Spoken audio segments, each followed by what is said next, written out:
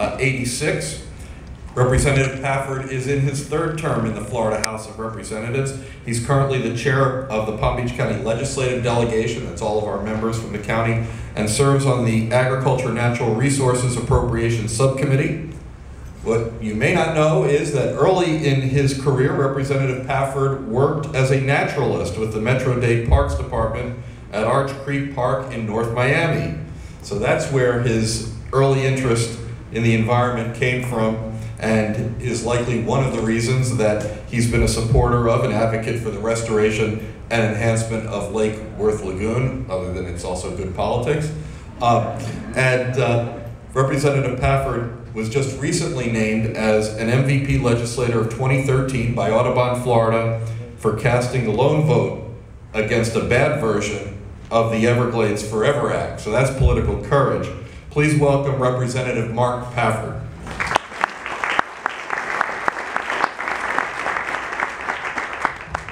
So I've got about 2 hours. Everybody comfortable? May as well have some fun. Well, thank you for the introduction. And it's been an interesting year as chair of the Palm Beach County Legislative Delegation. But really, it's only titled, I have to admit. When you work with folks like Representative Rooney, Pat Rooney, make sure you get that straight. It bothers them when you call him Tom.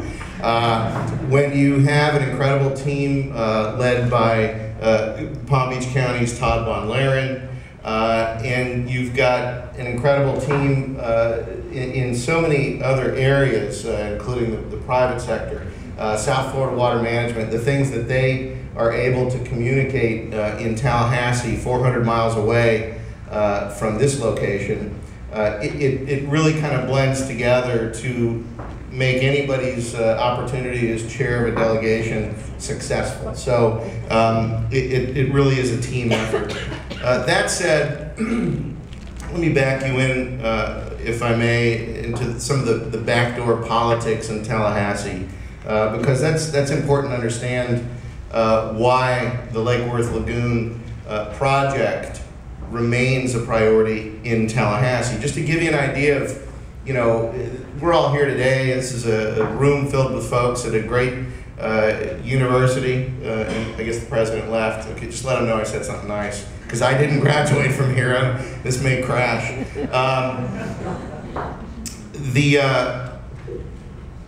The political nature of Tallahassee makes every project that comes as a priority a very, very big competition. I sit on, as the president had said, the Natural Resources, I should say Agriculture and Natural Resources Appropriations Committee. And we had over 300 million projects like the Lake Worth Lagoon project come before the committee. And we spent almost 3 hours hearing about each one of those projects. Each one of those projects had merit on its own. Each one of those projects in the state could have been funded, and probably to some degree should have been funded, but there's only, and Todd, you can correct me, about $30 million appropriated to those water projects. 35, 40, what did it end up to be? Close to 50, okay. That's how things change in committees. So even still, really a drop in the bucket in terms of what was actually funded. And so, at the end of the day, it's your participation in symposiums like this, but also your activity throughout the year that makes it easier to get this year, now I got this figure right, $475,000 for this project and numerous projects throughout the state.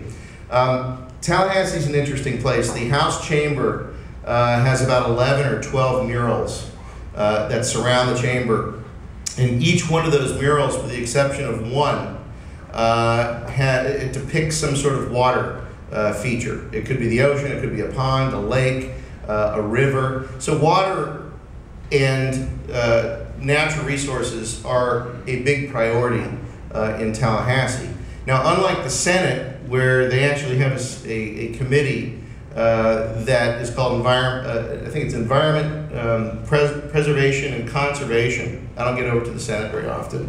And it's a committee that's really set up to speak to natural resources and how we preserve and conserve things in the state of Florida. The House has a committee called Agriculture and Natural Resources, either policy or appropriations committees.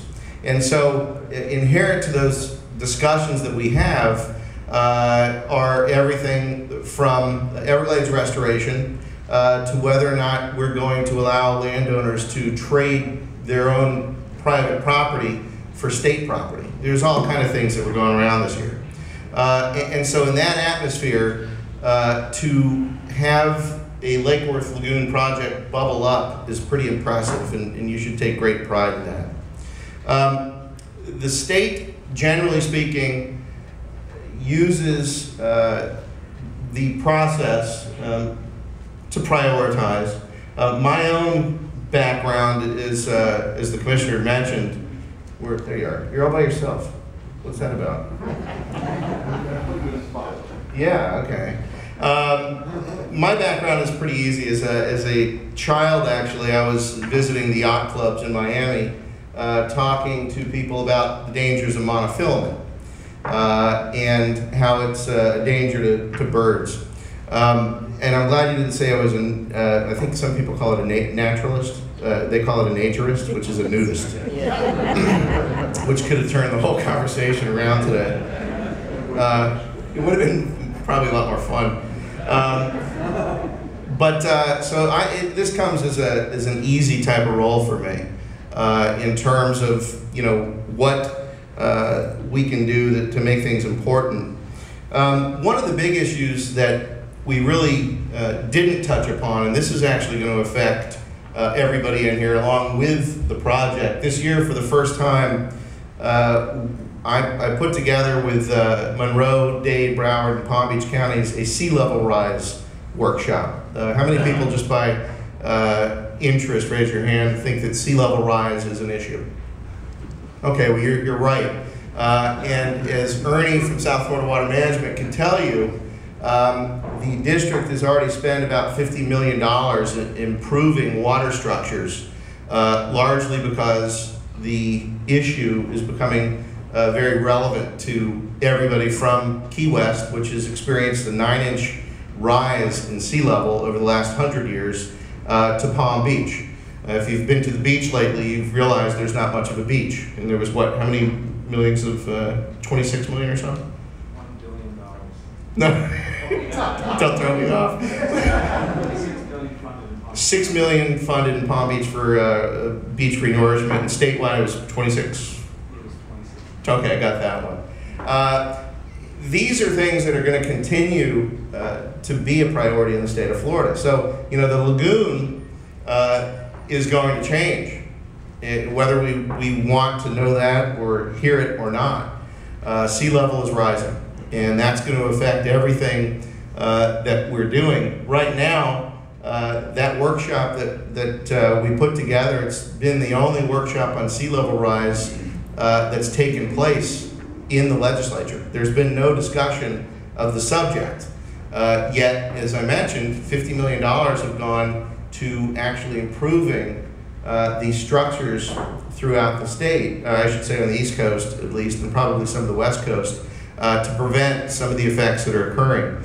And so, there's a lot that we really need to consider. It's some of these issues are big issues, and they're going to require not only a state and local commitment, but I would argue there'd probably be a federal commitment too, considering what changes are going to occur. And from what I understand and from what some of the data would demonstrate, the sea level rise is actually going to pick up. It would appear that the rise is going to be quicker than it has been, largely seen in the last century. So more to think about. I really appreciate the fact that this symposium is occurring. I think it is very important. I know you mentioned ecotourism. Florida has spent the last 100 years battling with itself. In 1916, the state of Florida created Royal Palm State Park. It was the first state park